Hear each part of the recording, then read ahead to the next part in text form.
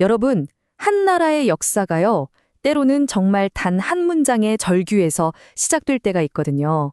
오늘 저희가 바로 그 이야기 속으로 한번 들어가 보려고 합니다.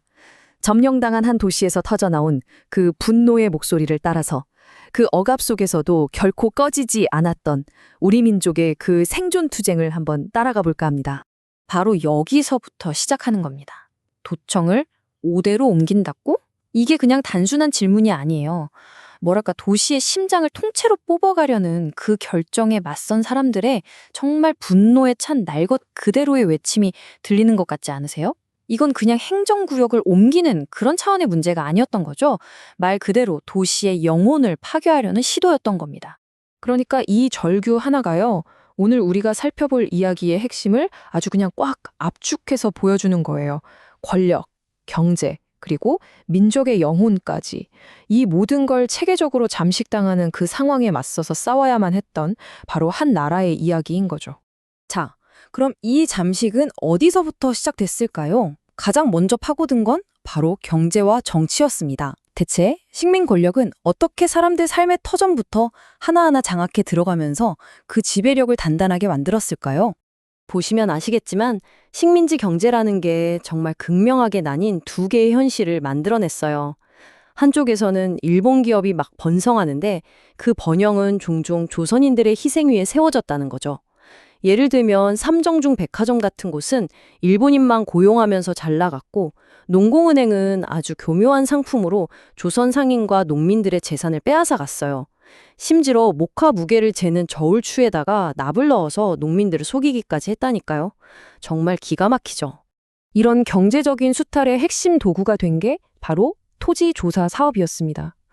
겉으로는 근대화라는 아주 그럴듯한 명분을 내세웠지만 실제로는 수많은 조선 농민들의 땅을 빼앗아서 식민정부나 동양척킥사 같은 일본 기업에 넘기려는 속셈이었던 거죠.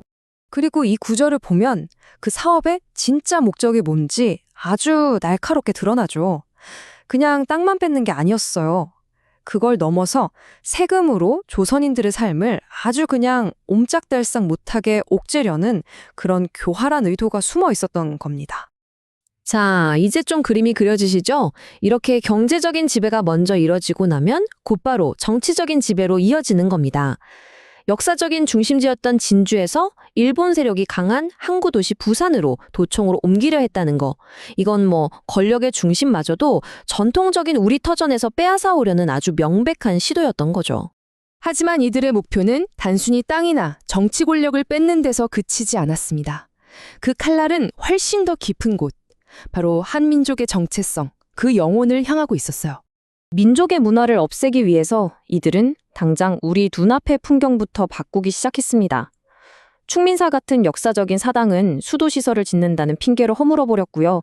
또 고유의 멋이 있던 선화당 같은 건물은 소설 속 인물의 표현을 빌리자면 정말 멋대가리 하나 없는 그런 일본식 건물로 대체해버렸죠. 그리고 마침내 전국 곳곳에 일본의 신사를 세우기 시작합니다. 이 구절을 보면 그 정책이 현실에서 얼마나 서늘하게 다가왔는지 알 수 있습니다. 이게 그냥 공공장소에만 국한된 게 아니었어요. 아이들의 일상, 그 교육 현장까지 파고들어서 매일 학교를 오가는 길에 일본의 신에게 절을 하도록 강요했던 겁니다. 매일요. 자, 그렇다면 땅, 문화, 자긍심까지 정말 모든 걸 빼앗길 위기 앞에서 사람들은 과연 어떻게 저항했을까요? 저항의 모습은 하나가 아니었어요. 정말 여러 전선에서 동시에 일어났죠. 거리에서는 도청 이전에 반대하는 대규모 시위가 벌어졌고요. 교실에서는 우리 아이들에게 민족 교육을 시키겠다고 봉양학교 같은 우리 학교를 세우려고 무던히 애썼습니다. 그리고 저 멀리 상하이나 블라디보스토크 같은 해외에서는 무장투쟁을 준비했죠. 말 그대로 각자의 자리에서 정말 다각적인 투쟁이 벌어진 겁니다. 해외에서 싸웠던 독립운동과 지창도의 이 맹세유 보면 독립운동의 원동력이 무엇이었는지 바로 느껴집니다. 그 깊은 개인적인 희생 그리고 절대 흔들리지 않는 결의. 내 몸은 사라져도 내 영혼은 돌아와서 영원히 싸울 것이다. 바로 이런 정신 아니었을까요? 자, 그렇다면 이 모든 투쟁과 생존의 목소리들 속에서 우리가 얻어야 할 가장 중요한 건 과연 무엇일까요? 가장 중요한 건 점령이라는 게 단순히 정치적인 혹은 군사적인 사건이 아니라는 점입니다. 이건 매일매일의 싸움이에요. 우리의 기억과 문화를 지키고 또 우리 자신의 이야기를 스스로 할 권리를 지키기 위한 싸움인 거죠. 그리고 그 싸움의 주인공은 군인뿐만이 아니었습니다. 교사들, 농민들, 그리고 자신의 정체성을 지키려고 했던 그 모든 평범한 사람들이 바로 투쟁의 주역이었던 겁니다. 결국 이 이야기는 우리에게 마지막 질문 하나를 던집니다.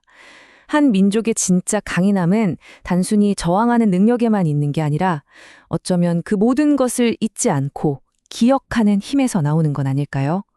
역사가 공격받을 때 한 나라의 이야기는 과연 어떻게 살아남는 걸까요?